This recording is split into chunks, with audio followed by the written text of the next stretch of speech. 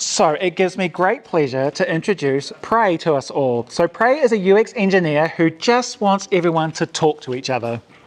She advocates for accessibility, content-first universal design, mobile-first CSS, regular usability tests, closer, design, dev, test collaboration, and growing junior talents. Here to tell us all about accessibility testing and how to use screen readers, please join me in welcoming Prae Songprasit.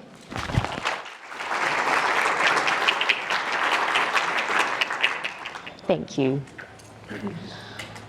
So, post-lunch slump.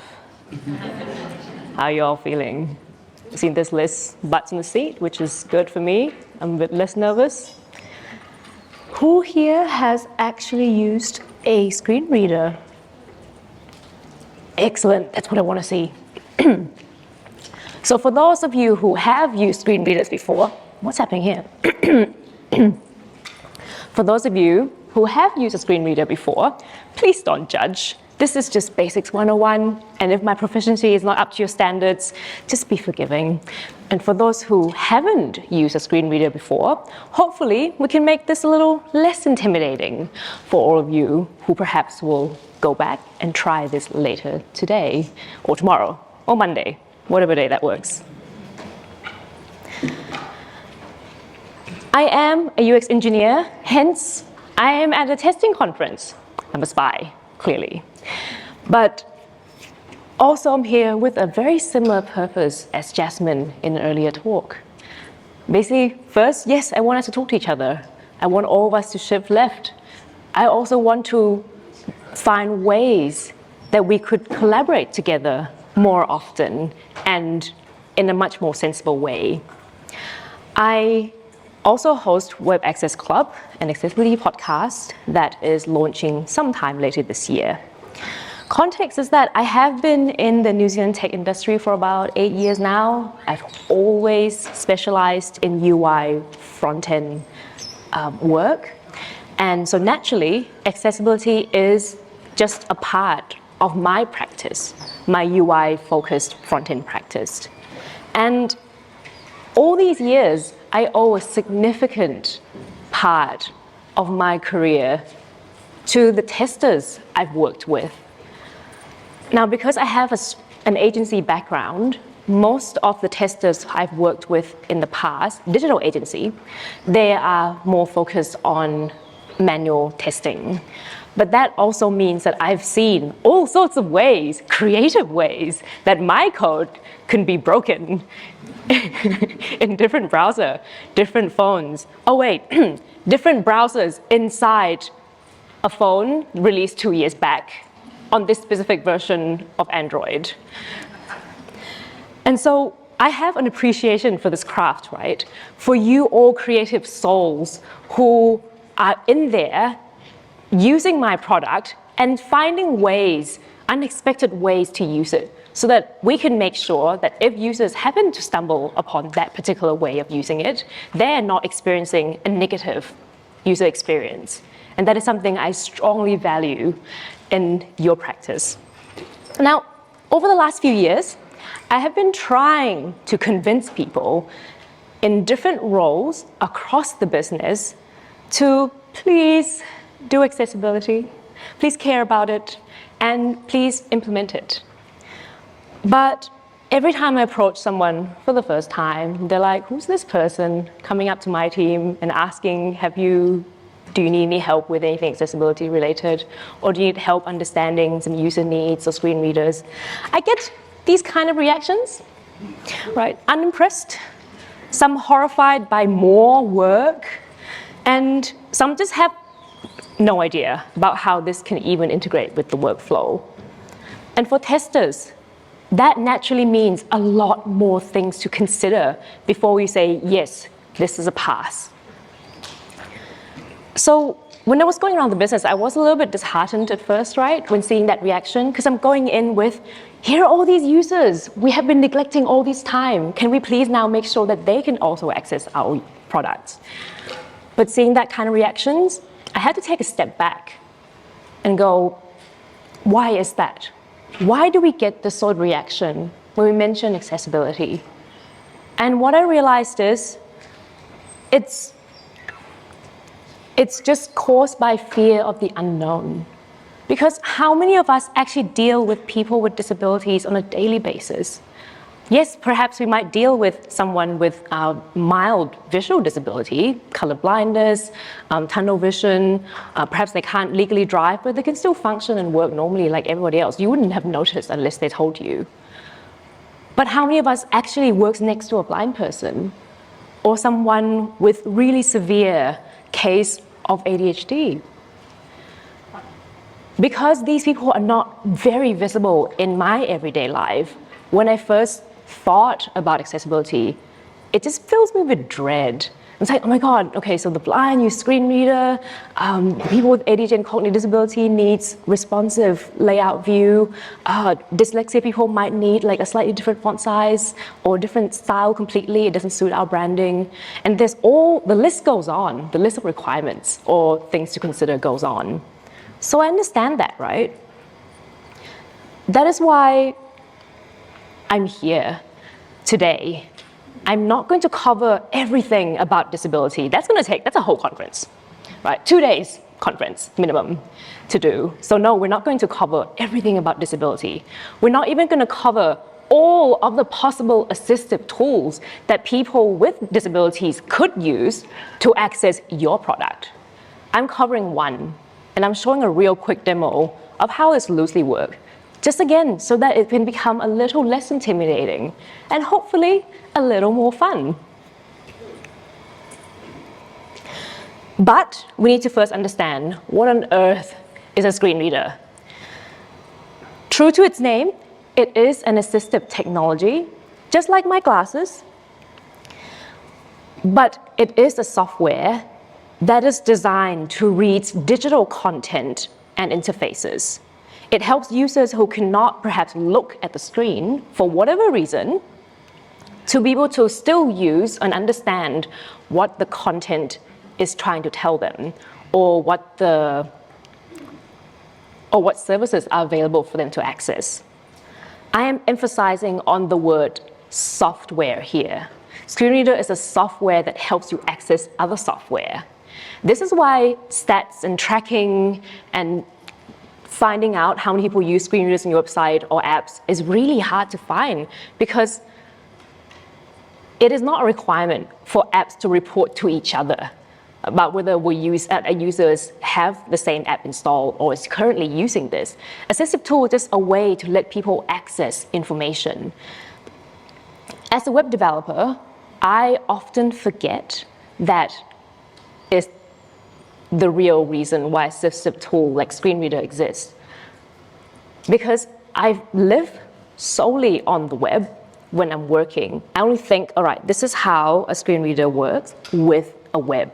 But as soon as I have to try to navigate or use it to navigate outside of my web environment, that's a slightly different mindset, control, or expectation, or even a user experience completely. Now, we've talked briefly about what is a screen reader, right? I'll show you in a minute as well if you haven't got a clearer idea. When I first learned about screen readers, I thought that only those who are completely blind use a screen reader. Surely, right? Because I mean, if you have partial use of your site, why would you even use a screen reader? And when I heard the word blind, I always visualize someone with a guide dog or with a walking stick, walking along the footpath using those little braille bumps on the footpath. And that's all I thought of when I heard the word blind. But I was so wrong. As I mentioned, many blind people use screen readers, yes, but it's also important to note that people can be blind in all sorts of different ways. Blindness is a spectrum. You might be able to see shapes and form, you might be able to see colors, but you might not be interpreted how it looks or what it is, or perhaps maybe you're legally blind, where yes, I could still walk safely and talk to you without any aid of a guide dog or stick, but it's just not good enough for me to drive a car without especially strong glasses. Or maybe even with glasses, I'm not even allowed to drive. So even if I could see shapes coming towards me, I might not be able to actually understand who is coming towards me. And therefore, when we think of people who use screen readers, it's people on different spectrum of blindness. And not all blind people use a screen reader, only a few.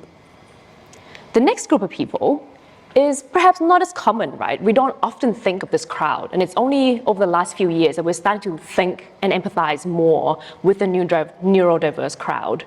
But imagine people with any kind of learning, not disability, but perhaps like learning abilities. When you're young, you're sitting in a big kindergarten group, a teacher sits down and tell your story. Everyone has their books open, they're reading along, you're using your sight to read the text, but you also hear the teacher reading those words out. And that aids your learning when you're younger, right? So if you have different learning abilities, you would want to use everything, all your senses and sensory of your body to learn things. And therefore, yeah, people who maybe, I can read walls of text, but I just can't comprehend it. I can just understand it better if it is then read out to me. Some of these people do use screen readers to help aid comprehension. Next, this may or may not become a surprise to you, but tools like Alexa, Google Homes, Google Maps, when you're talking to it, some of its function is essentially as a screen reader. If you ask, what is the weather tomorrow for Wellington, to whatever tool you're asking, it has to get that information from somewhere. And sometimes that might not be an API with the data that comes through. Sometimes they're just scraping off a website from that service that you're using. Or you ask, please go to Countdown website and buy 3 bananas. How does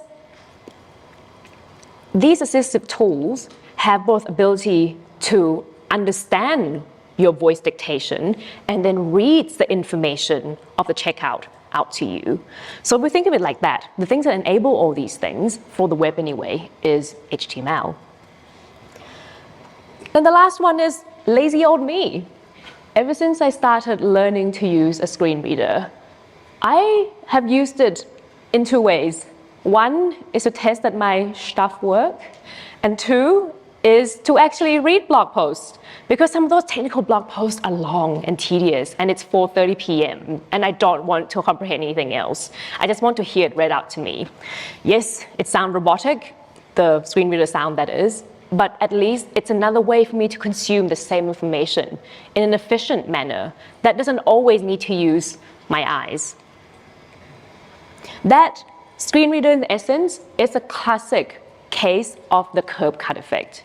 And if you haven't heard of curb cuts, you know those things that dips between the road and the footpath so that perhaps people in wheelchair could then cross the road safely without flipping their wheelchair over?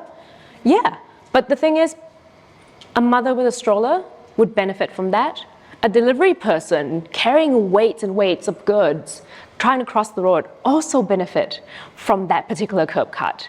And that is an example of the way a product that is designed for the most in need of that feature would inadvertently become good design because it benefits so much more. And that's an example of screen readers. Not just the blind who uses it. People of different abilities could also use it. Now, enough waffling, right? I've done it for the last,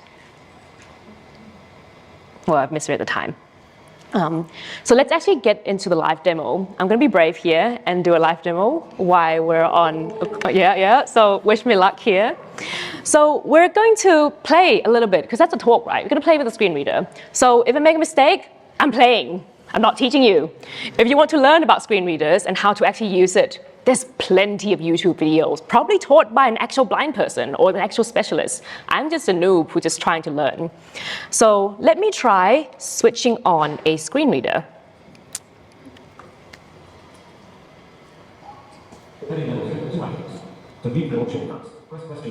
All right, I'm going to pause you there.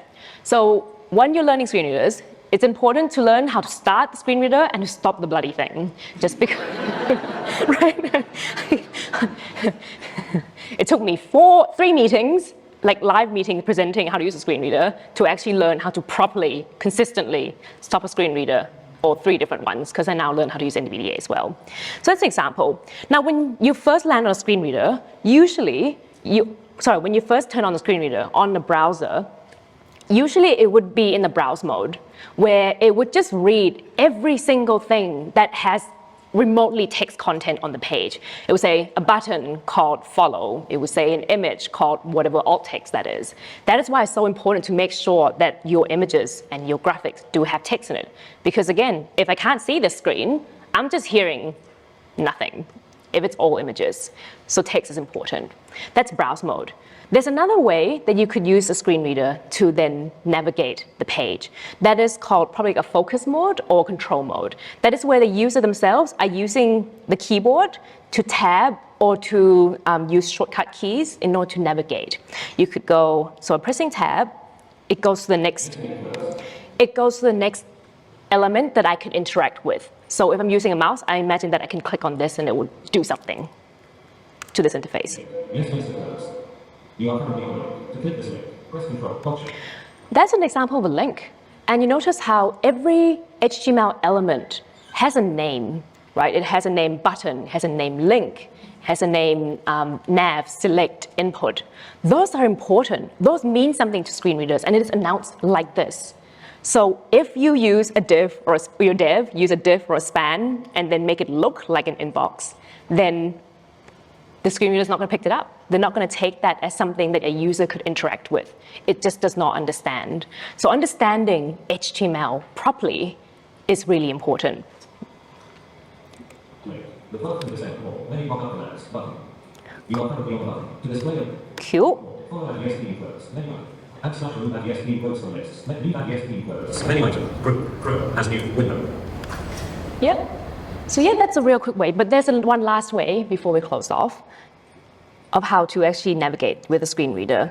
So let's say you're trying to look for information in a Wikipedia article, right? And Wikipedia article is long. So if I'm a sighted user, I'll just quickly have a scroll and glance through all the headings or all the main, like first 5 words of each paragraph, right? And then quickly get the glimpse as to like which part of the page has the information I'm after, or does it even have it at all?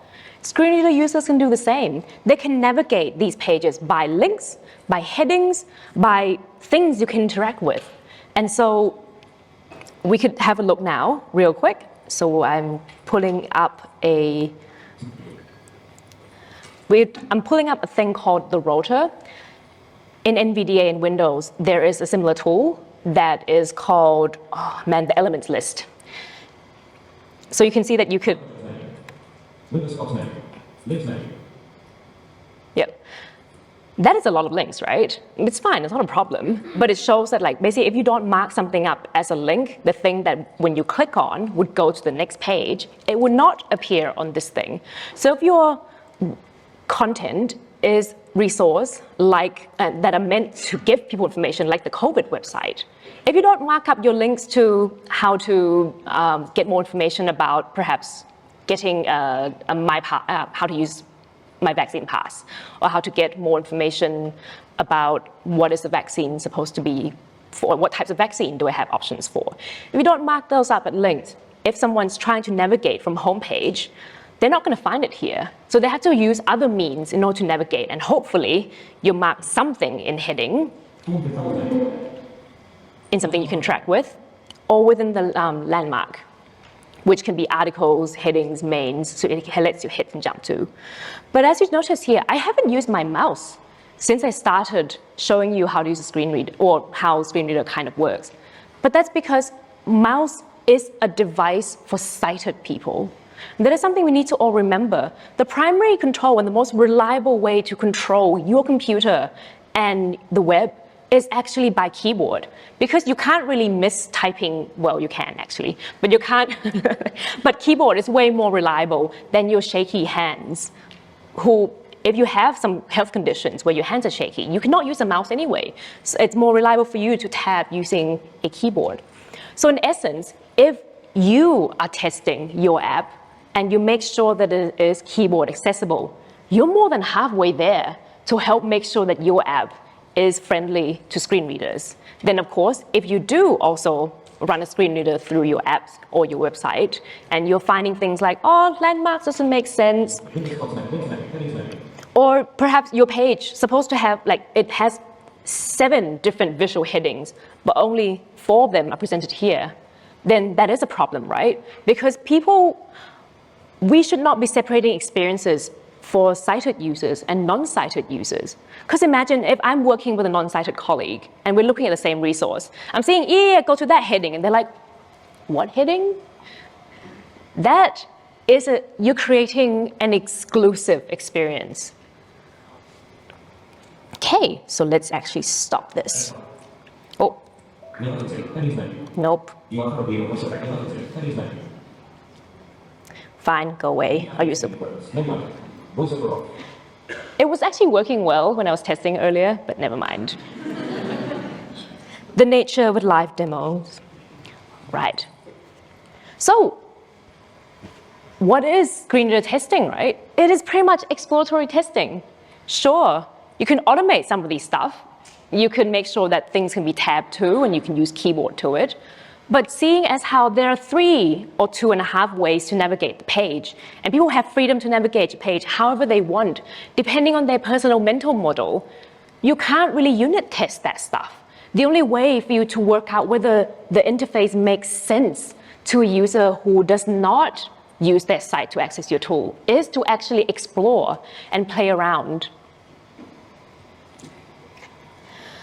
I've always admired how curious and creative you testers are. Even if you're not testers, if you're creative and you're here, I mean, you're curious enough, right? Before I leave, the last thing I definitely want is to be the only person in my team who knows how to use a screen reader. That is a sad way to be as a developer. Where are my QAs to help make sure that I don't shit all over the place? Or please stop me from releasing stuff that is not useful for my readers.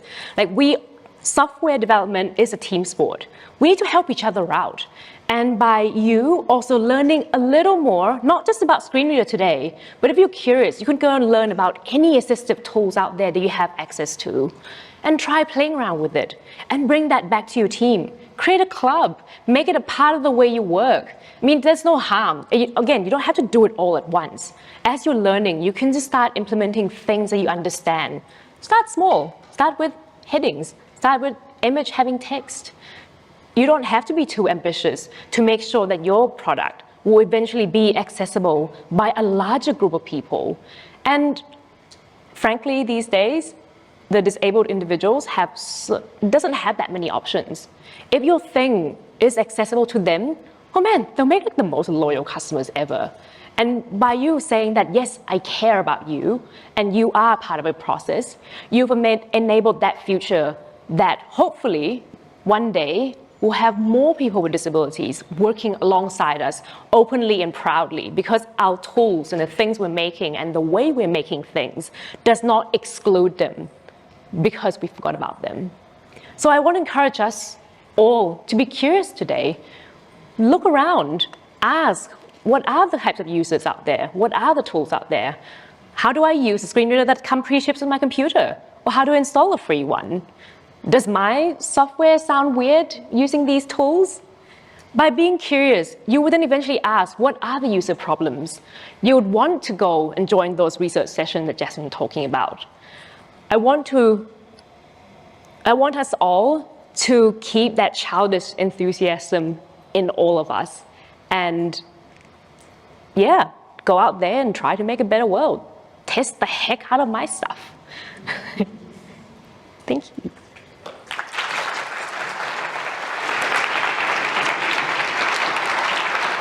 Thank you so much. You know what this means.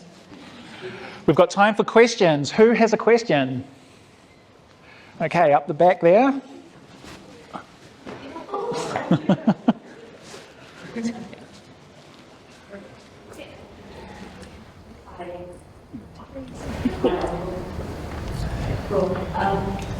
In regards to accessible testing, so is there any related law in New Zealand that's actually kept looking at requirements.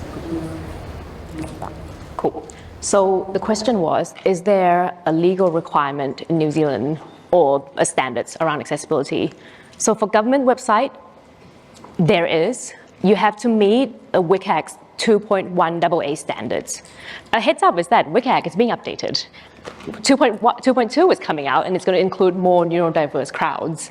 So if you're working on government websites or apps, please be aware of that. But for companies, there's no requirement. It is completely opt-in. So it is up to enlightened companies, enlightened testers, enlightened developers, designers to actually implement it on a private sector in New Zealand. But if you do operate in the US and most likely EU in the future, you will be required to actually make that happen. You have Dominos being in a lawsuit for many years over their inaccessible websites. You have Beyonce's site being sued. So you're hedging against a risk of being sued if your product operates overseas by making sure you at least follow the minimum criteria of 2.1 AA. Awesome. Any other questions? Here's one. Not far to throw. Oh, fantastic. How would you advise companies to implement accessibility from the ground up? What's the first step? Thing is, it cannot be done just from ground up. I can tell you that now. And that's why lawsuits are usually, unfortunately, handy to force the upper people to then create a policy.